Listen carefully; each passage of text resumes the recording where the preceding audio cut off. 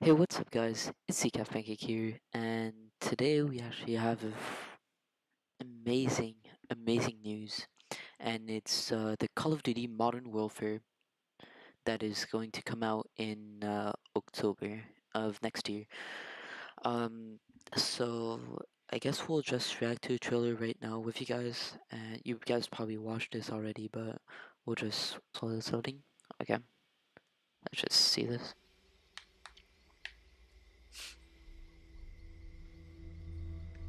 Oh my The god, rules have changed. this is lit. There's a fine line between right and wrong. And somewhere in the shadows, they send us in to find them. Oh my god, okay. Actual. Target is in the Oh, main please. house. You have execute authority. Damn, the graphics though. Bravo That's 6. all I'm seeing right now. Going dark. Bravo 6, going dark. Victor 6-4, green light.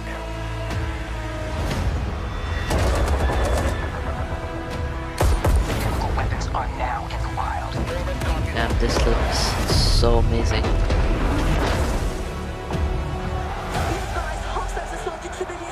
Get to safety, go!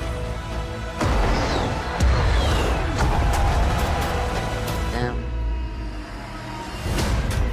We get kid with the gas mask. and the world stays clean. That's the mission. Oh my god. So as you can see, Call of Duty Modern Warfare, and it's coming the October 25th. Oh my god. Okay, so this just came out today. We're just gonna read this. I'm gonna read this aloud with you guys.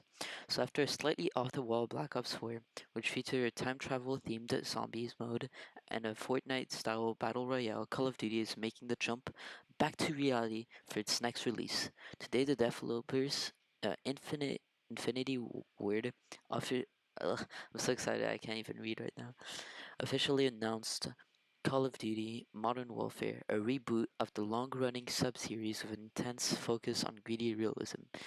That is true. Like BO4 is good, but it's very childish like Fortnite, and like in the old days it wasn't like that at all. Okay, so unlike BO4, the new Modern Warfare will indeed have a single-player campaign. Okay, that's actually huge though, cause campaign was like not popular, but a lot of people played it, I think, like just in their spare time or anything like that. So like, I think that's gonna be good. And it's the main focus of the reveal today. As you might guess from the name, it's not a direct sequel to 2011's Modern Warfare 3. Okay, so that's good. So they're making a new story apparently. So, but instead of a soft reboot that kicks off a new storyline with a few familiar returning characters, the campaign will be split in two halves. In one, you'll play as Tier 1 operator, a special force soldier. And in the second part, you'll take the role of a rebel fighter in the Middle East. Okay, so that's interesting. So there's two parts to the campaign, so it's probably gonna be a long campaign, or you like probably can choose like which one you want to do. I don't know. We'll just have to see. Let's continue reading. One of the goals of the game and its dual perspective storyline in particular is to show various viewpoints of a conflict.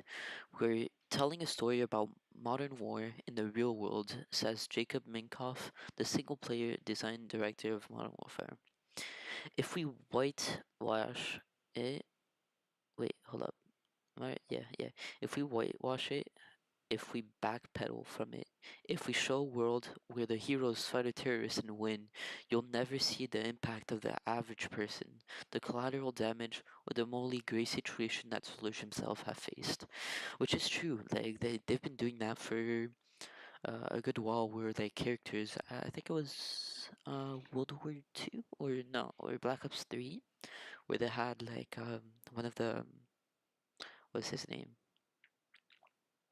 I don't remember his name, but he died in the end of the campaign, which was very sad. But like that's what that's what real war is about. So it's not just a video game. They're trying to show like emotion. Okay, so this shift seems aimed at regaining some of the grit and, at times, controversial appeal of the original Modern Warfare franchise, which makes the action movie theatrics with more political aware plot lines. Okay, I can't read it right now. It's because I'm French, bro. Starting with 2007's Call of Duty 4 Modern Warfare, the series set itself apart as one of willing to take risk, like the disturbing no Russian terrorism scene in Modern Warfare 2 that urged players to take part in the airport civilian massacre, or the various instances in which players were put in shoes of victims of nuclear attack unfolding in real time. Okay, don't mind my dog, but yeah, it's true. Like that they've been rough with it, but like that's what's good. Okay, so Call of Duty lost its ability to both shock and impress each single player campaign as each went on, and the series jumped further into the future, borrowed more science fiction elements. The scattershot approach ultimately dulled its narrative mode until, with Black Ops 4, Activision and developers Treyarch decided to remove it altogether. But Modern Warfare Reboot is an attempt to reestablish Call of Duty as a vehicle for strong storytelling. Okay, so yeah, they're trying to do it differently. Like they saw that we are going way too far in the future, just like Infinity Warfare, which was a horrible game, by the way. Then they had BO3, they had BO4. BO4 was like they listened a little bit, but it wasn't a real Call of Duty game. See what I mean? So, where was I? In Modern Warfare, this means that almost everything you see in the game looks like lifelike. From guns to brick walls, at, the team at Infinity Ward even scanned an entire tank in the game. For real? Damn. Okay, that's crazy. Okay, I'd like to see more about the multiplayer. I think because okay, no, I'm just gonna say this that I think the multiplayer has been said that now there is and there will be um crossplay, which is actually huge because let's say for example esports right now. Okay, in esports, the Call of Duty community, there's only BS4 PS4. Only PS4 players will be able to play because the game is I think that no the events are sponsored by PS4. So this is actually going to be huge because not online tournaments, but um let's say like the CWL, it's gonna be more like Xbox players and PS4 players, so it'll be better players. So it'll be funner for just everybody instead of just seeing the same groups and of people just like playing over and over again each year. Okay, so let's see this. This combination of contemporary. Ugh, I can't speak. Let's do that back. This combination of contemporary storytelling and incredible realism can make some of truly tense and uncomfortable experience.